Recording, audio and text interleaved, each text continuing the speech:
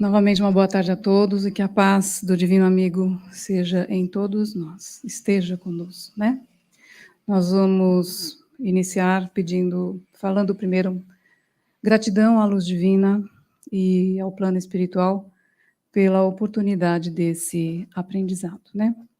Hoje nós daremos continuidade aos estudos sobre a história do Espiritismo no Brasil e falaremos sobre as ocorrências históricas do início do século XX. Como são muitas as personalidades e os fatos envolvidos, nós selecionamos alguns para ilustrar essa palestra e vamos citá-los numa ordem relativamente cronológica. Para entender o Espiritismo e a sua migração para o Brasil, nós nos baseamos na literatura disponível e, em especial, no livro Nova História do Espiritismo, dos precursores de Kardec a Chico Xavier, do historiador Dalmo Duque dos Santos, além dos livros psicografados por Francisco Cândido Xavier, Brasil, Coração do Mundo, Pátria do Evangelho, ditado pelo espírito Humberto de Campos, e o livro A Caminho da Luz, ditado pelo espírito Emmanuel. Nós também pesquisamos no trabalho de mestrado de Paulo César da Conceição Fernandes, intitulado As Origens do Espiritismo no Brasil, Razão, Cultura e Resistência no Início de uma Experiência, que foi publicado em 2008. E antes de falarmos sobre as ocorrências históricas do início do século XX, nós visitaremos alguns acontecimentos ocorridos no século XIX e que já foi muito bem esclarecido nas palestras anteriores. E o faremos apenas para contextualizar algumas informações que servirão de base para o século XX. O Espiritismo deve parte da sua sobrevivência atual a certos aspectos do relacionamento entre a Casa Grande, que eram as fazendas onde viviam os senhores de engenho, e a senzala, local onde moravam os escravos. E como isso aconteceu? Se o Espiritismo na Europa se apresentava como uma doutrina de gente instruída para gente instruída, o Brasil fornecia um baixo índice de população escolarizada e preparada, capaz de entender o Espiritismo tal qual ele era.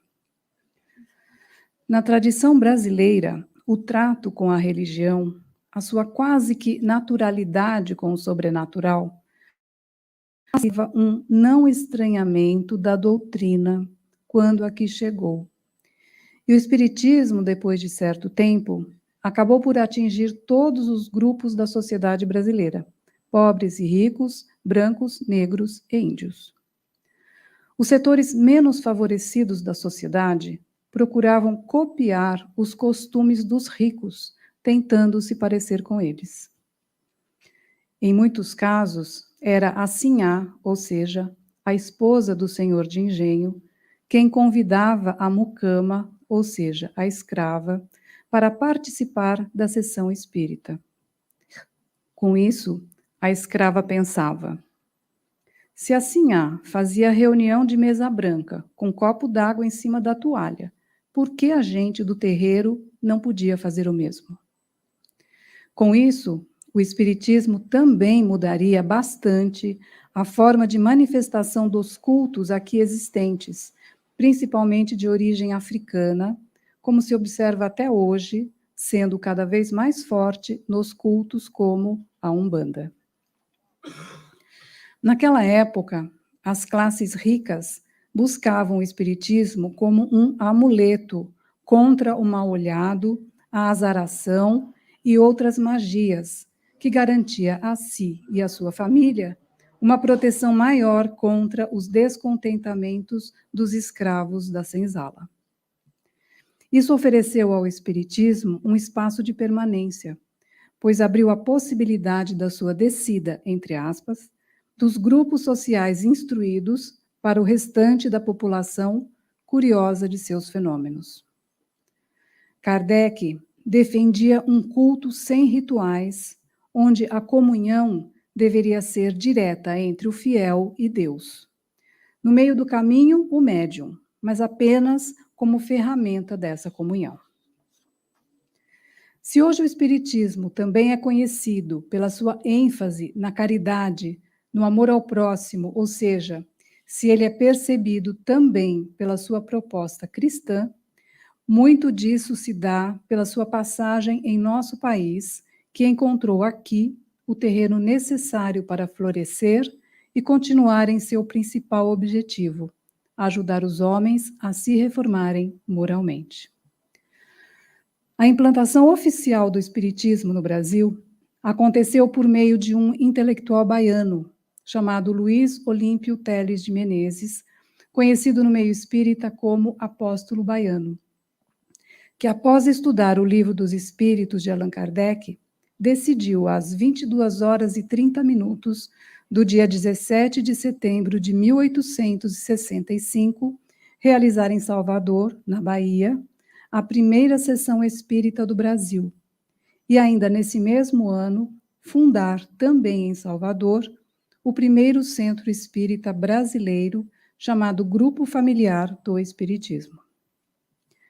A Igreja Católica, que até esse momento assistia de longe essa doutrina que os ricos adotavam, sentiu-se ameaçada e teve início a briga das pastorais contra o Espiritismo e das polêmicas nos jornais. O arcebispo da Bahia, Dom Manuel Joaquim da Silveira, foi um dos que publicou a sua pastoral com o título Os Erros Perniciosos do Espiritismo,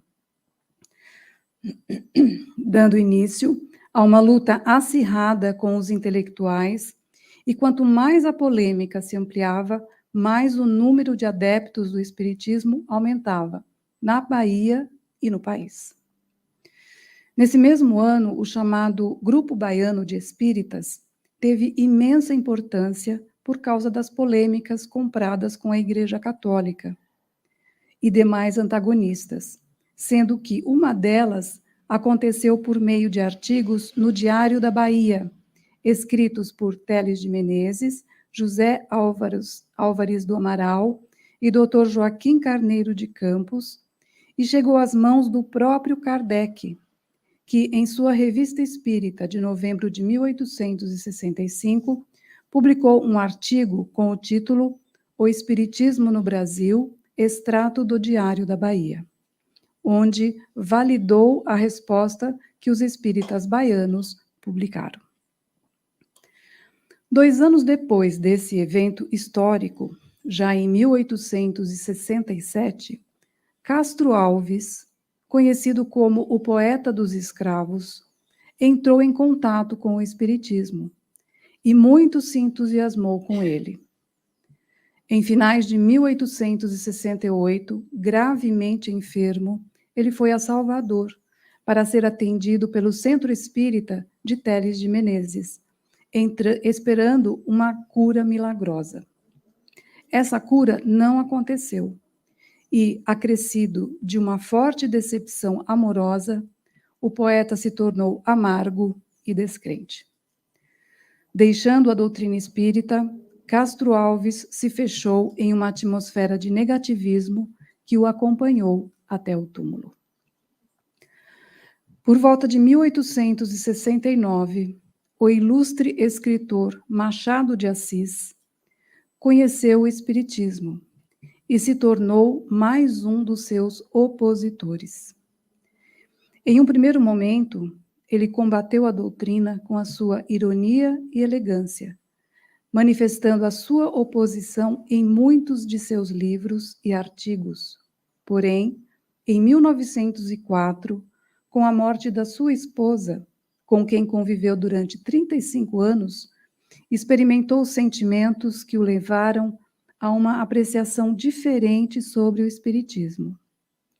Em carta a Joaquim Nabuco, que foi um político, diplomata, historiador, jurista, orador e jornalista brasileiro, Machado de Assis escreveu, abre aspas, tudo me lembra a minha meiga Carolina. Como estou à beira do eterno aposento, não gastarei muito tempo em recordá-la. Irei vê-la, ela me esperará. Fecha aspas. A partir daí, se mostrou mais respeitoso e até arrependido, aprendendo a ser tolerante e a respeitar as crenças alheias. Em 1870, um ano após a morte de Allan Kardec, o escritor brasileiro José de Alencar entrou em contato com as chamadas fotografias espíritas, que foram produzidas na França, e ficou maravilhado com elas. Quando chegou ao Brasil a notícia de que essas fotos tinham sido falsificadas, as convicções de José de Alencar sobre o espiritismo ficaram abaladas e ele se decepcionou, passando a ver nos espíritas uma agremiação de charlatães e aproveitadores, abandonando assim um aprofundamento maior no espiritismo. Em 1875, surgia, na conservadora Sociedade Imperial Brasileira, a primeira mulher jornalista do país. Era Anália Emília Franco. Espírita convicta e militante, ela também se tornaria símbolo das lutas vivenciais pioneiras para a implantação do espiritismo em nosso país. Nascida um ano antes da publicação de O Livro dos Espíritos, Anália atravessou a passagem do século XIX para o século XX, deixando um verdadeiro rastro de luz e de bons exemplos por onde passou, com a sua vocação para as iniciativas sociais. Ao desencarnar em 1919, na capital paulista, ela deixou como herança 70 escolas, 2 albergues, uma colônia regeneradora para mulheres, 23 asilos para crianças órfãs, uma banda musical feminina, uma orquestra, um grupo dramático, além de oficinas para trabalhos artesanais em 24 cidades do interior de São Paulo. Muito mais do que números, Anália Franco trouxe para o movimento espírita, mesmo sem ter essa intenção, um novo foco de interesse pelas atividades de assistência social. Paciente, carinhosa, humilde, dedicadíssima ao bem do próximo, assim era Anália Franco, que desencarnou em 1919 e é conhecida como o Anjo da Caridade. Em 1873, no dia 2 de agosto, constituiu-se a primeira comunidade de orientação espírita da corte de Dom Pedro II, e que foi denominada Sociedade de Estudos Espiríticos Grupo Confúcio, que tinha como orientação a máxima de Kardec: sem caridade não há salvação, e sem caridade não há verdadeiro espírita. Com o passar do tempo, o Grupo Confúcio, núcleo original dos membros que formaram a Federação Espírita do Brasil, tinha se transformado em Sociedade de Estudos Espíritas, Deus, Cristo e Caridade. E apesar desse grupo apresentar indivíduos que partilhavam ideais comuns, as divergências começaram a acontecer. 10 anos depois da sua implantação, o fotógrafo português, recém-convertido ao espiritismo e radicado no Brasil, Antônio Elias da Silva, juntamente com outros companheiros de ideal, fundaram, em 31 de dezembro de 1883, a Federação Espírita Brasileira. Havia, porém, no meio espírita brasileiro, a separação entre os místicos, que procuravam seguir as orientações religiosas do espiritismo, e os científicos, que, apoiados em outros autores, procuravam privilegiar o lado científico e investigativo da doutrina, taxando de sentimental demais o lado religioso. Em 1895, o movimento espírita brasileiro esteve a ponto de se fragmentar, ou mesmo se enfraquecer fatalmente, e muito por causa dessa polêmica, enfrentando o seu momento mais grave de toda a história do espiritismo brasileiro.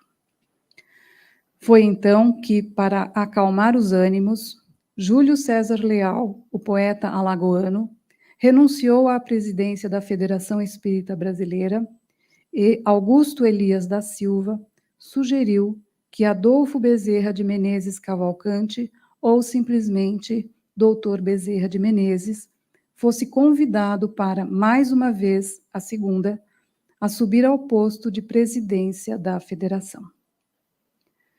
Para o médico cearense, o meio espírita nacional deveria respeitar, estudar e praticar todos os aspectos da doutrina, mas a religião deveria ser o elo mais forte da cadeia dos princípios espíritas. Assim, estipularia ele a orientação pelo Evangelho como divisa do movimento espírita brasileiro e máxima de sua administração. Bezerra de Menezes desencarnou em 11 de abril de 1900 e no mundo espiritual ele é tido como um dos mais atuantes expoentes da caridade, dirigindo uma vasta legião de médicos e enfermeiros desencarnados na sua conhecida Fraternidade dos Humildes. Em 1905, na região do Triângulo Mineiro, o educador católico Eurípides Barçanufo chocou a tradicional comunidade de Sacramento ao anunciar a sua adesão ao Espiritismo. Durante 12 anos, ele presidiu o grupo espírita Esperança e Caridade, por ele fundado, e em 1907 ele implantou e dirigiu o Colégio Allan Kardec, na cidade de Sacramento, em Minas Gerais. Em sua biografia, consta que a ligação entre Eurípides Barçanufo e João Evangelista, o apóstolo, era muito antiga. O médium Chico Xavier, que também desconhecia o fato, revelou a seguinte informação do espírito Emmanuel em 1954. Abre aspas. Nos tempos evangélicos, Eurípides fora educado por Inácio, pupilo de João, que se tornara propagador da Boa Nova em Antioquia. Adolescente ainda, Eurípides substituíra o benfeitor na pregação na Palestina, onde manteve contatos com João e onde fora martirizado. Fecha aspas. Eurípides Barçanufo era dotado de diversas faculdades mediúnicas, sendo médium curador, receitista, auditivo, vidente, intuitivo, psicofônico e psicógrafo. Era com muita facilidade que ele se desdobrava de um lugar para o outro e dava a localização exata dos lugares por onde seu espírito passava. Por sua imensa bondade, ele ficou conhecido como o apóstolo do Triângulo Mineiro, e quando desencarnou, foi publicado o seguinte texto no jornal Lavoura e Comércio de Uberaba. Abre aspas. Foi o apóstolo do bem, e ao seu lado nenhuma lágrima ficou sem consolo, e, sem bálsamo, dor nenhuma. Fecha aspas. Também em 1905, outro divulgador da doutrina espírita, chamado Kairbar Schutel, fundou um centro espírita e deu-lhe o nome de Amantes da Pobreza, na cidade de Matão, em São Paulo. Kairbar foi prefeito dessa cidade por 2 mandatos e afastou-se da política para dedicar-se à difusão do espiritismo. Ele também fundou o jornal O Clarim e, posteriormente, a Revista Internacional do Espiritismo. Esses 2 veículos de comunicação serviram como porta-vozes de um dos mais agitados períodos de intrigas e perseguições contra os espíritas.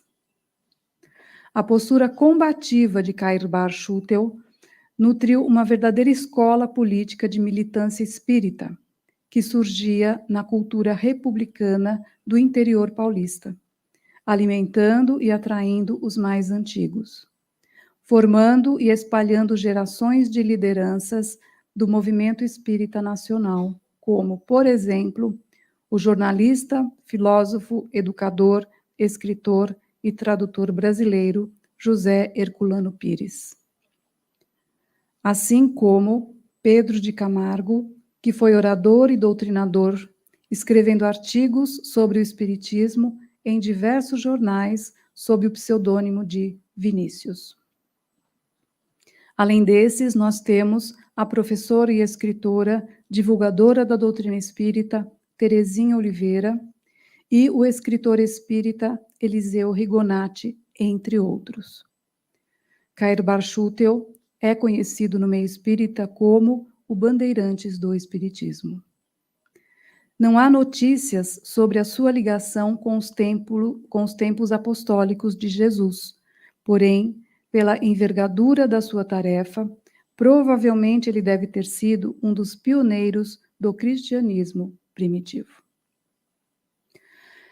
Se no século XIX o Rio de Janeiro foi o centro dos acontecimentos, pela sua própria condição política e econômica, no século XX nós vamos identificar em São Paulo um novo eixo a influenciar os eventos mais expressivos da sociedade brasileira e do espiritismo no Brasil.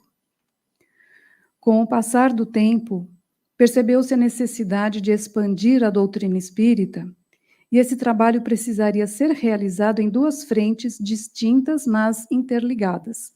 Uma seria a grande propagação da literatura psicografada, de conteúdos renovados e reveladores.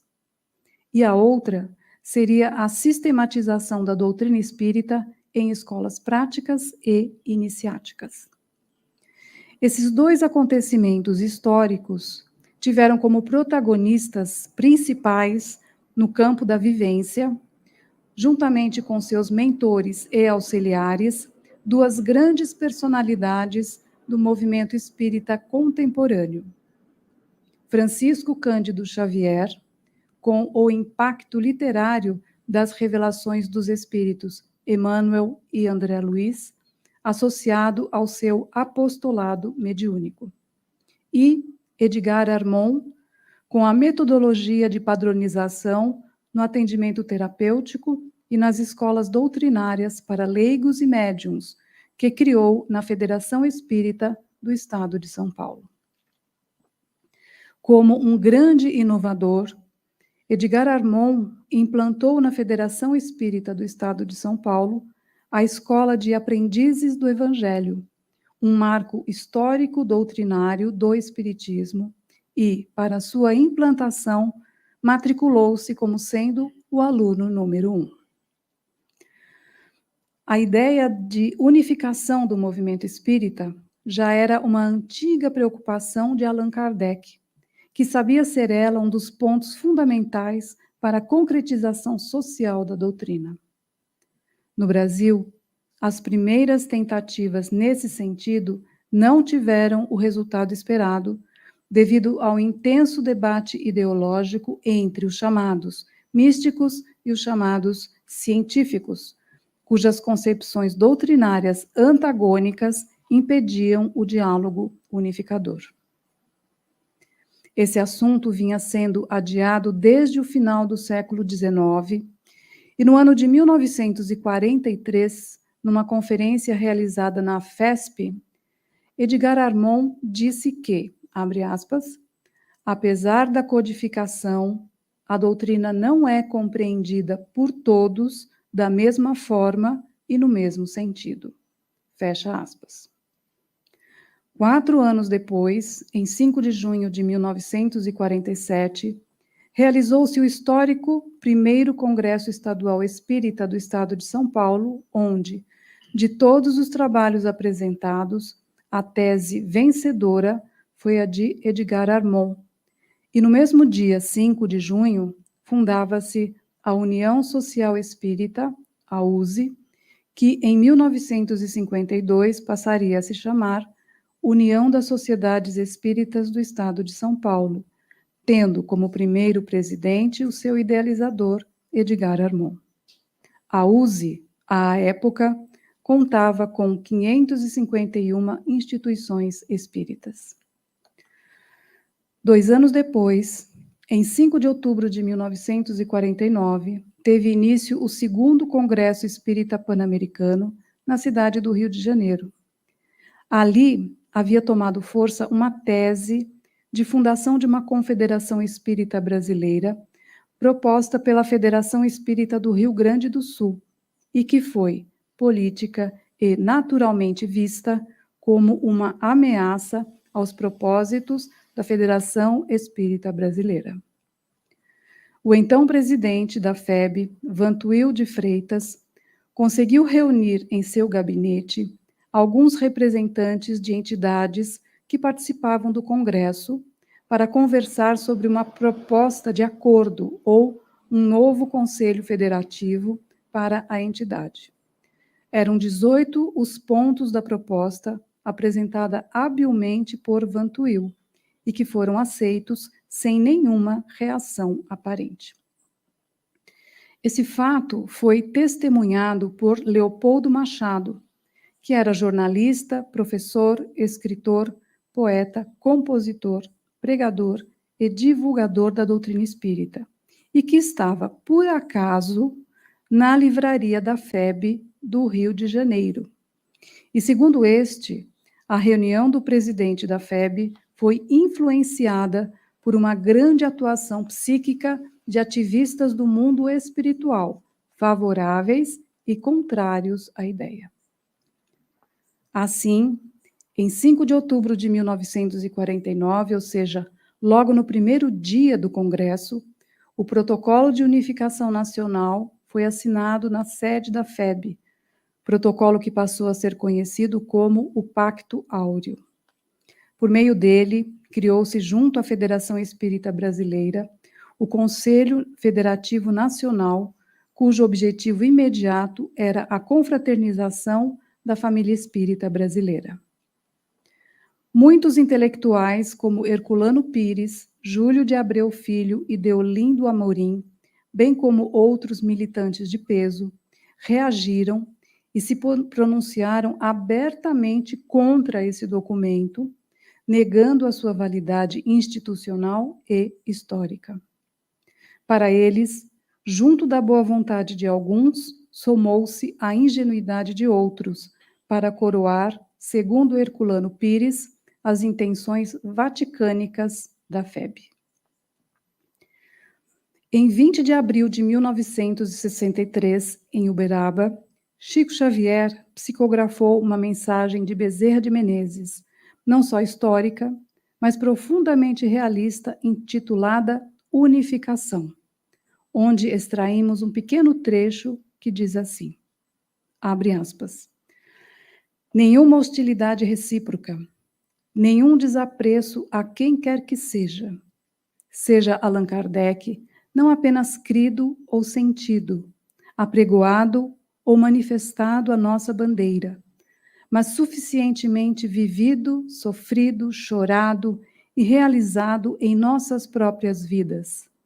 Sem essa base, é difícil forjar o caráter espírita cristão que o mundo conturbado espera de nós pela unificação.